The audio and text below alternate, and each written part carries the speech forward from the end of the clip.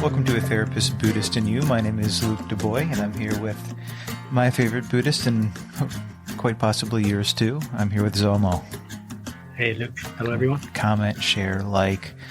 It does mean a lot and gives other people the chance to listen as well. In addition to that, we are really enjoying this, but you do have the opportunity to donate or grant us some financial beings through this. So that'll be in the show notes, and you can certainly donate, and we appreciate that if you so choose. Let's get into a very interesting topic, Zal, today. We have been doing some video, we've done camera, we've done computer, to do some video aspects to our podcast over the past couple months, and we've been enjoying that. And I remember, Zal, a couple months ago, we started talking about AI and artificial intelligence and the effects that's having on the world in a lot of ways. And we talked about how it can affect podcasting and things like that. And I reached out to Zal about this article in the Atlantic. I believe it was the month of June, maybe the first article in July. And lo and behold, it was about a monk who thinks the world is ending. And what he's really talking about is, can Buddhism fix AI or artificial intelligence? When I sent that article to you, what did you think about, Zal? Yeah, I read it right away. I was putting my kids to sleep when you sent that, and they were already asleep. Yeah, pretty interesting. Like the intersection of spirituality and artificial intelligence, you know. Mm-hmm. But my immediate reaction was like, can Buddhism or should Buddhism even claim a role here? Mm-hmm. Is it part of the Dharma? You know, should it be? And then I read it, and those were my initial thoughts. And then I kept reading it, and pretty good stuff. It provoked some interesting thoughts about what AI means, which I have limited understanding of, but also to go deeper into Buddhist concepts and what it's about. So it's a great idea that you decided to do a podcast topic on that, because it's going to bring up some important things. Yeah, so thank you all for listening as, you know, we embark in this journey to explore this fascinating, in some ways, relationship between these two seemingly distinct realms. We have got artificial intelligence, often referred to as AI, and it's made significant advancements in recent years, revolutionizing various aspects of our lives, from self-driving cars to virtual assistants. But, you know, AI technology continues to shape our world in a bunch of different ways. So relating it to spirituality is, to me, is a whole nother ballpark that I never even considered. We read the article, but I thought it would be pretty interesting if I use AI to explain what the article was about for our listeners. So I'm going to read a 2-blurb article, and I believe the Atlantic, there's a paywall. But hey, now you can use AI to not pay for monthly subscriptions, apparently, if you're interested in the Cliff Notes. When we were younger, so I don't know if you had this in your schooling or upbringing, we had these thing called Cliff Notes, that if you had a book to read and you didn't read it all, you could buy the Cliff Notes version that had it in summary or bullet points, so that way you could answer the teacher's questions when you're in English class. So this is what AI sums up the article. This article in the Atlantic, the monk who thinks the world is, quote, ending. The monk's name is, I apologize for the pronunciation, Soryu Foral, a monk ordained in the Zen Buddhist tradition who founded a monastery called Maple, and the acronym stands for Monastic Academy for the Preservation of Life on Earth, in the far north in Vermont. He believes that humanity is exponentially destroyed life on the same curve as we have exponentially increased intelligence, and that AI might soon destroy us. Seems pretty intense verbiage. For All provides spiritual advice to AI thinkers and hosts talks and quote-unquote awakening retreats to researchers and developers, including employees from OpenAI, Google, DeepMind, and Apple. Roughly 50 tech types have done retreats at Maple in the past few years. The article explores the question of whether Buddhism can fix AI. That's the summary by Artificial Intelligence about this article. Well, what jumped out at you, Zal, when it comes to reading this article? This Buddhist monk certainly has some passionate perspectives on. I mean, what was the quote from Artificial Intelligence itself? That this curve is at a level that will destroy humankind. Yeah, I mean, there's a lot to unpack, but I guess the foundations are the fact that it is Zen Buddhist tradition, which is different from Theravada Buddhism. Mm-hmm. So we can start with that. But also, the topic and the purpose of our podcast is well-being, which is related to spirituality. So we can start from those. Mm. But you always ground us so well. I appreciate that. Yeah, the spirituality part, is that, I have very limited, again, understanding of AI, but as far as what I know about ChatGPT and that thing called natural language processing, which is what AI is about, that, I'm also an interpreter. As an interpreter professionally, I'm not supposed to translate word by word, but to carry the spirit behind the word. So like the thing about natural process language thing, my understanding is that when we use word and interact with the AI, they're not reading the words, but they are able to catch the intent behind the words. So like that kind of intersect with spirituality, because spirituality, I guess the word spirit comes from the meaning of the essence, the true nature of things, So it's interesting that there's an overlap, but the monk's concern is more about where is it going to take us, So it's not that something's wrong with AI. I want to make sure I heard adjusting the lens. That I heard that correctly, that from your perspective, that AI captures the intent, similarly how you do as a language interpreter. So that could be a definition of spirituality, the spirit behind the word. I got EBGBs.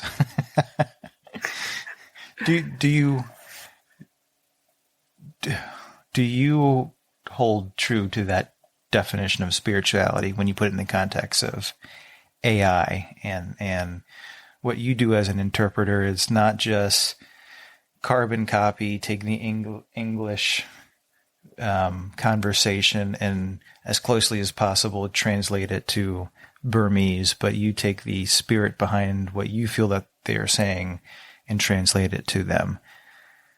Do you feel that a computer can do that just like you can, or as humanistic as you can, or go there before I babble? Yeah, this is a very complex issue, complex topic, but I didn't think we would get here this quick, but go ahead. Yeah, so like there's a lot of things going on. First is the intuition part, right? Like the thing about AI too is that, so like to answer your question, it is yet to be revealed. I don't know, because there's that concept of machine learning, So when I interact with ChatGPT, the reason and the source of the figuring out how to get the intent is from crunching all these data, and they come up with a solution by looking at the patterns. Mm-hmm. But for us, for our brains, for our evolution, it goes all the way back, way before internet. So like when I translate, it's not like me gathering information and reading all these Burmese books on the internet and analyzing data and then translating, but it goes to something spiritual, like my ancestors, my culture, some nuances, some cultural differences. Mm-hmm. So like for me, it works the best when I don't think, But then ironically, and the contrast is that computers are all about thinking, to computers to think, to calculate. So like for me, that's where it gets really confusing and interesting, because we get our intuition when we don't think, it comes out.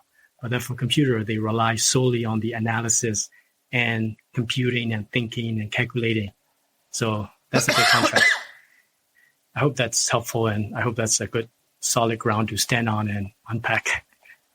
What do you think? A different definition of spirituality. In my notes, I wrote down, okay, how do I give the audience a potential definition of spirituality, even though spirituality is deeply personal and profound and maybe as subjective as any other word in this language next to love. But yeah, when we talk about spirituality, some things that I wrote down, it's a source of solace, it's guidance, it's can be used for growth for individuals across all kinds of cultures throughout history.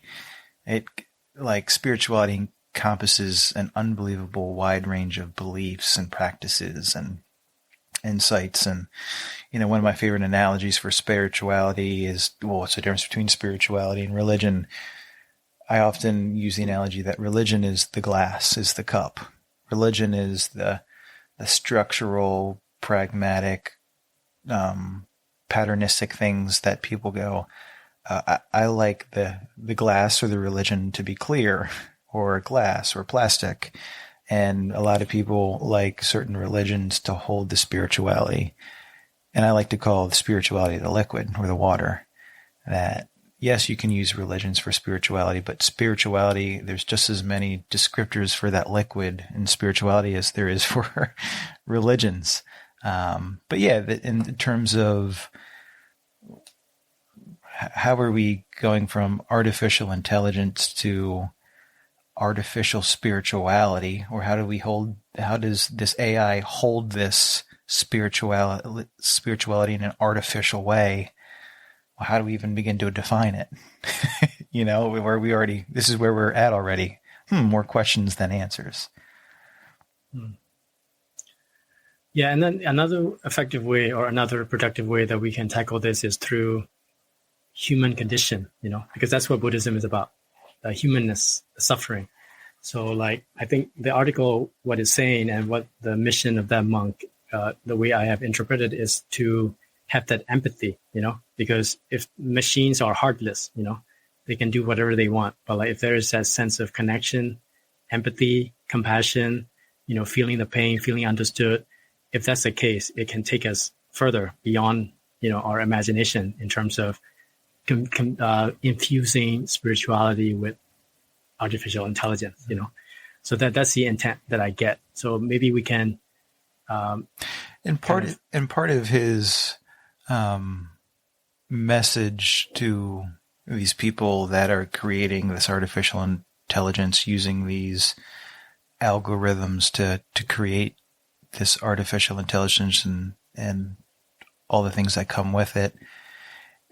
It sounds like this monk is trying to make sure that these creators are putting these Buddhist principles in this artificial intelligence.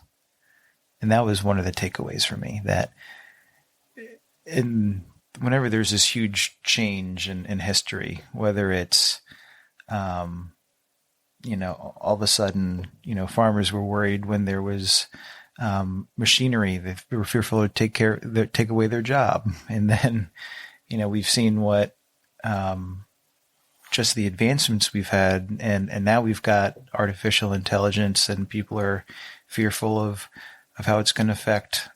It's going to change and take a lot of jobs away. That's just true, and that's a fear factor. But with that fear is the possibility of unbelievable growth, and his message is, because it can do so much, and the fear is it could control us. If it's got these Buddhist principles in this algorithm, then okay, it can do much better than rapid advancement at the speed of light.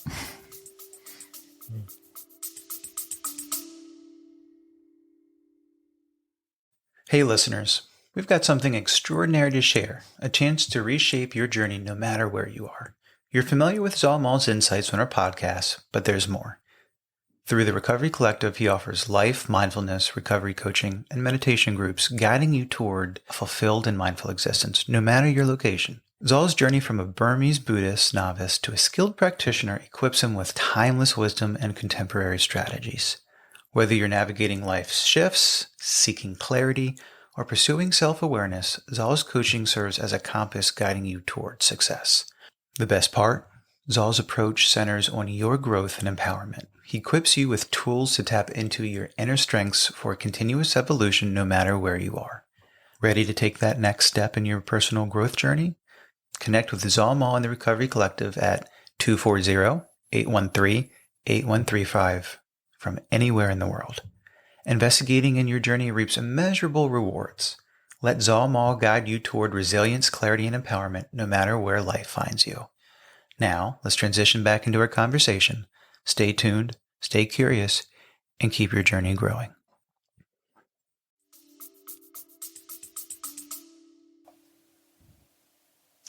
Yeah. Very intriguing. Mm-hmm. Well, we've touched upon it a little bit, but let's just kind of run down how AI is already being used. It's being used in healthcare. It's being employed to help with medical diagnostics, drug discovery, personalized medicine, patient monitoring, early detection, and treatment outcomes. It's being used in finances in terms of algorithms to analyze financial data, fraud detection, transportation. We talked about this already with cars and predictive maintenance of vehicles, personal assistance. I have a Hey Google in my house. Hey Google, what's the temperature? What's the music? And then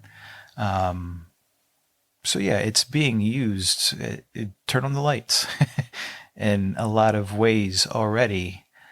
So to think of it with the spirituality, this is just a whole nother level of, ooh, well, what does that mean? Yeah.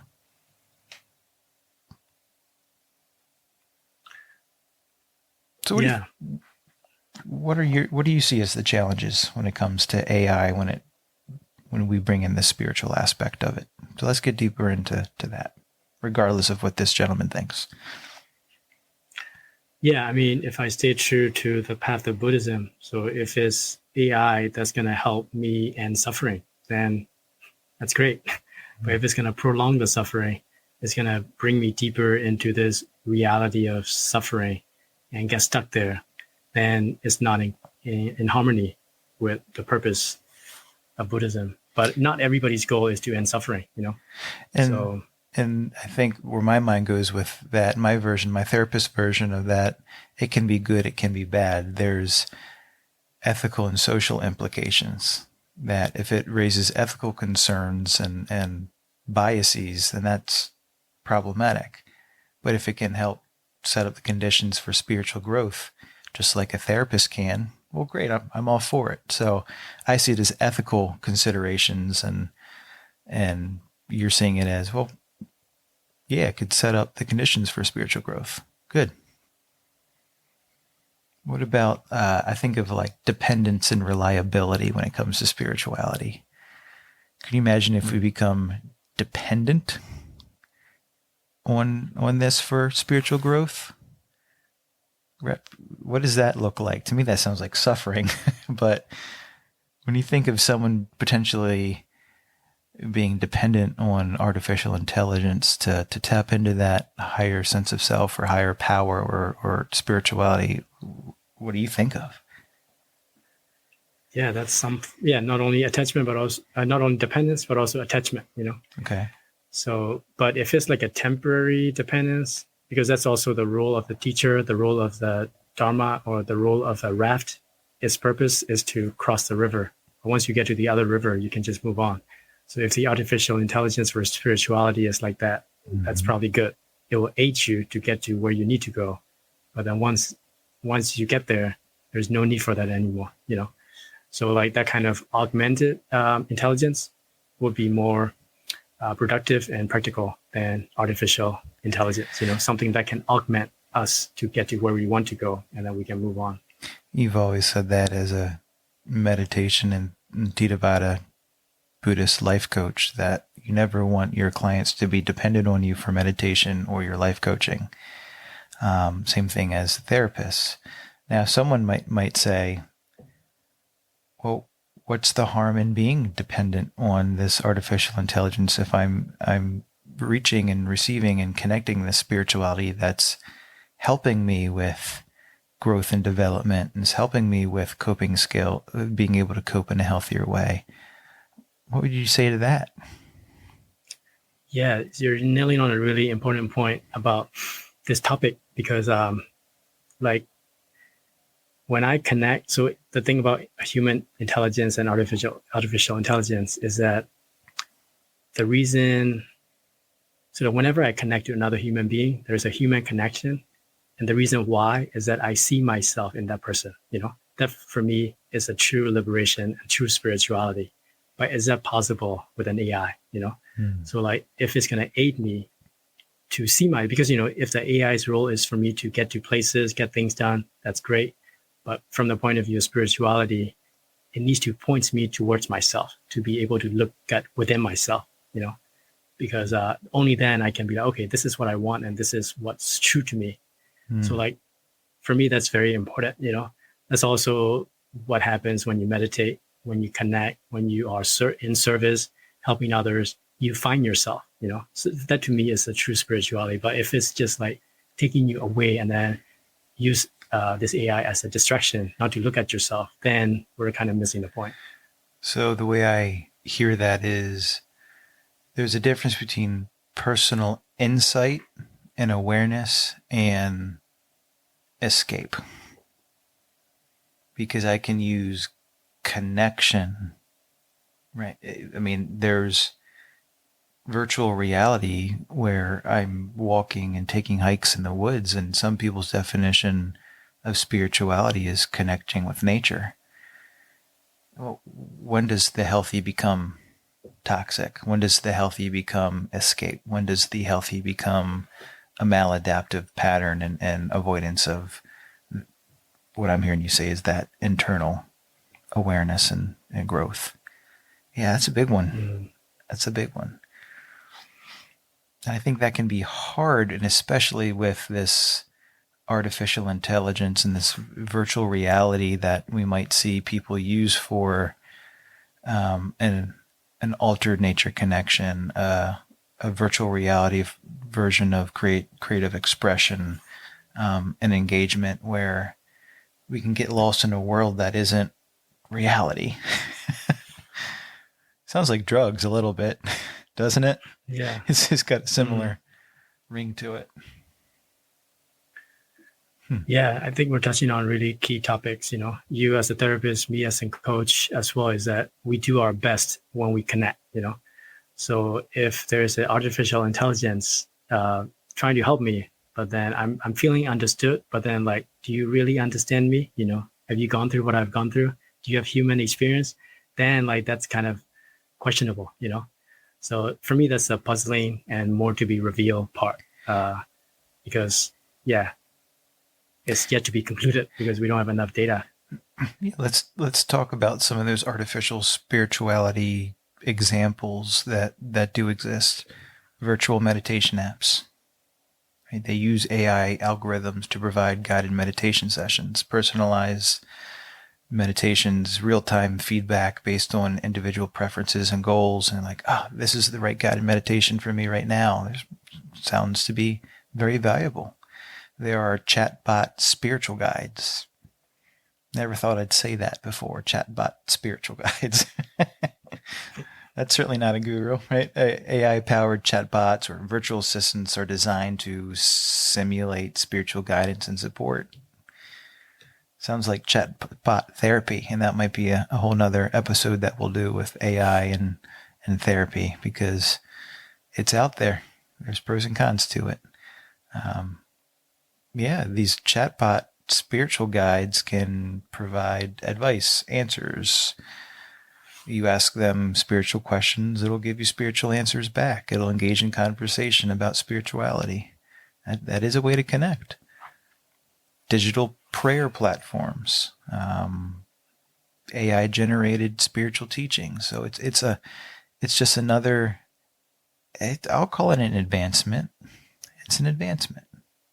There's AI-powered tarot or oracle card readings, there's virtual religious rituals, emotional support AI companions. So it goes on and on and on and on. So these are some of the examples that we're referring to when we use the verbiage of artificial spirituality. Yeah. Where do we go from here, Zal? I think we're not for or against. We're certainly highlighting some things to be conscious of, that sometimes as humans we can go to extremes, and you were relating it to as attachment or connection, or I'm using the words of toxic or dependency or a form of addiction. Where do you want to go from here? Yeah, I mean, I feel optimistic about it, or more so, I feel realistic about this, because in a nutshell, I think it will be a good challenge for humanity, because the challenge for me, as I mentioned earlier, maybe this is too much of a simplification, is that, is it going to help me see the truth, or is it going to make me deviate from truth, So like, if I'm interacting with a chat bot, spiritual guide or whatever, like if it's distracting me from seeing myself, then, it's not helping me. But essentially, this is also what I do as a life coach as well, is that before I help somebody effectively, I need to find out what they want, So like everything is all personal and unique. So like, if there is an artificial intelligence spiritual guide, like what am I actually looking for, Or if I don't know what I'm looking for, is this guide going to help me to realize what I'm looking for, as opposed to being lured into a plan that I am not aware of, or like, so it's all about like going within. If it's going to help me to go within and find my truth, great. But if not, I'm stuck in this samsara, in this cycle of suffering. One of the things that I've gotten from you over your teachings of meditation practice, you've often been not so monastic and structural, that say no guided meditations, but you are really big on meditations that don't involve music or guidance. Why? And certainly not artificial intelligence. If you're often a support of sitting in silence when it comes to meditation, why do you see that as a very strong benefit in your practice? Yeah, I'm not against that, but I'm just cautious about where it can take us, because mine is a very tender, personal, friendly thing, but it can also be programmed. So if I'm following guidance and if I'm like reacting or following, it can sometimes take me away, because, there are also some really good meditations where the guidance is actually to help you look within. A lot of long pauses, those are great. But if it's like a hypnosis that takes you create stories, fantasy, making the purpose to be just to calm you, if that's your goal, great. But like, that's not where the true liberation is. Otherwise, you're just finding the temporary comfort, Oh, this music is soothing, so I feel great. Let me go out and live in the world, and then I'll expire and then come back, as opposed to having a really solid, self-reliant, true internal support that is faithful to you anytime, which I think in my experience is only found through silence and stillness. So that's where I stand with that. Yeah, I'm certainly an advocate for meeting people where they're at when it comes to therapy or meditation or their health journey and wellness journey, whatever that might be. And having these AI, artificial intelligence, and virtual realities and augmented realities. Right? I think we're going to be hearing it more coining it augmented realities, or put a nice twist to it intentionally, to help people begin that process. I mean, meditating for 5 minutes a day can seem like just impossible for a lot of us, me included sometimes. Going to the gym 3 times a week, eating healthy seem so difficult and resistance and challenging that there can be unbelievable benefit to things like VR and augmented reality and AI to help people do that. But I'm also someone that is very conscious of people that become so dependent on just one thing, where it prevents them from strengthening all aspects of a holistic health and wellness journey. So it can heighten these senses. It can activate the insight and intrigue. But I don't think I would have been one that would have. I'm sure I would do most of my meditation with a guided audio track if it wasn't for you. And because you walked me through doing some meditations without, the apps, that it activated something in my practice that I probably wouldn't have gotten. So that's another, feather in the cap for not just relying on, it just sounds horrible, artificial spirituality. It's like, I work with a lot of clients that have substance use, and I often relate to the clients that have these highs with a mind-altering, mood-altering chemical and substance as a numbing high. That, you're getting high, but it's the most numbing high that you'll ever feel.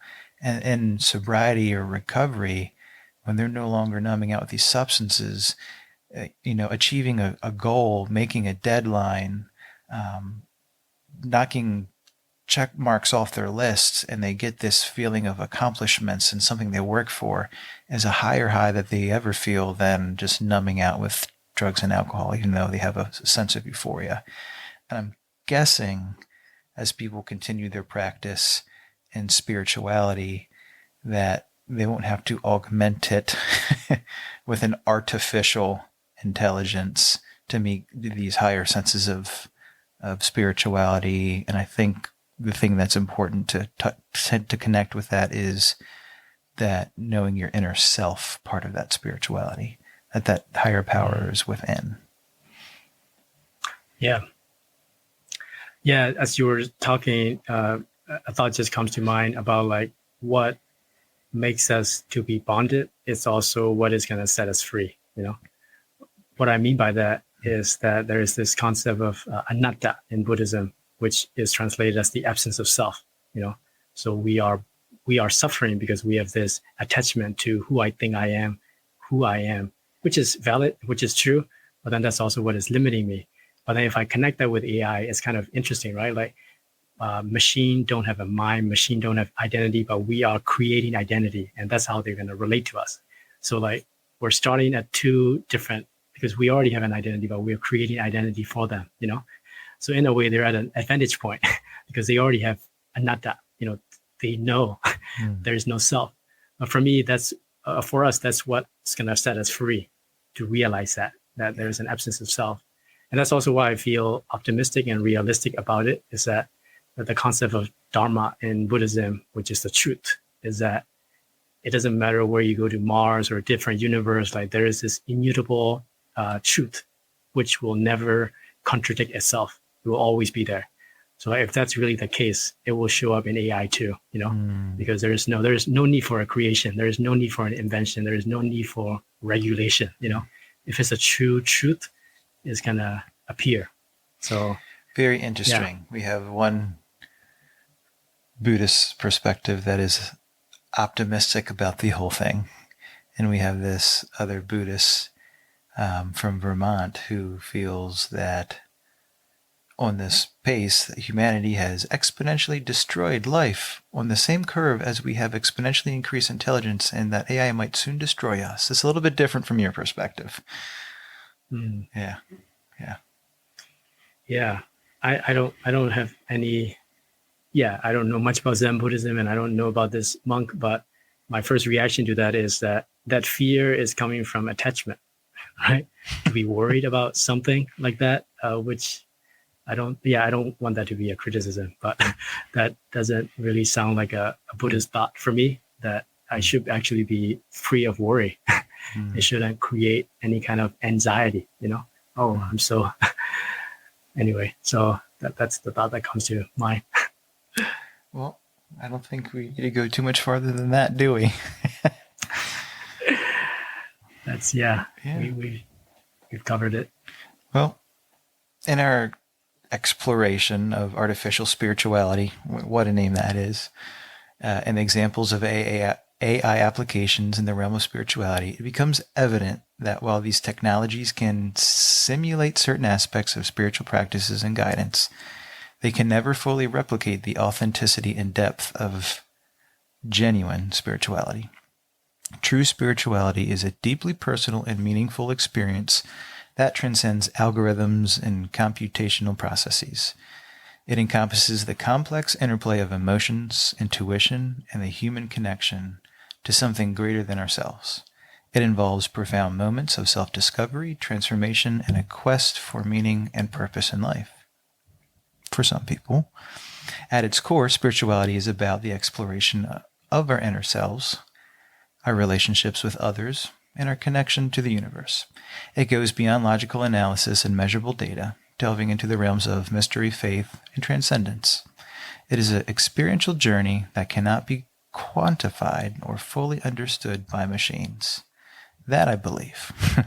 AI might be able to mimic certain aspects of spirituality, providing guidance, rituals, or even generating spiritual writings. However, it lacks the capacity for genuine consciousness, empathy, and intuition that are essential to the human spiritual experience. It cannot fully comprehend the depth of human emotions, the complexity of our desires and fears, or the profound moments of spiritual awakening and transcendence. That you just have to feel. Moreover, spirituality is intrinsically tied to human relationships and community. It thrives on the shared experiences, wisdom, and support that we find in spiritual communities and traditions. While AI can simulate interactions and provide information, it cannot replace the power of human connection, compassion, and the collective wisdom passed through from generation to generation. As we navigate the advancements of AI, it is potential applications in various aspects of our lives, including spirituality. It is crucial to remember that the essence of spiritual lies in our authentic human experiences. It is a deeply personal and subjective journey that cannot be replicated or replaced by machines. There you have it. Sounds good. That summarizes it all. I can't wait to look back at this in 10 years. Probably 5 years or even 2 years at the rate of artificial intelligence. So, I'll probably read an article or two about this when it comes to specifically therapy and artificial intelligence. But there is certainly a spiritual connection that we make with another human being. But we certainly do find ways to connect with computers and electronics too. So there's nothing's, my takeaway, nothing's all good or all bad. That's a big takeaway for me. Yeah. This provoked for me an attitude of curiosity. I'm just curious, not worried, not concerned, not anxious, but curious. It's very puzzling. Embracing the mystery, huh? Mm-hmm. Yeah, and the change. Well, thanks everyone for listening. Can't wait to. This will be on YouTube and all the podcast platforms that you're listening to now. But please check out our Facebook page and our other social media links in the notes below. And once again, please like, comment, share. It would mean a lot too. If you've listened to at least 3 episodes, leave a comment. That's our handshake agreement if you found this valuable. My name is Luke DuBois. This is all. We'll see you next time. Thanks so much. Thank you all.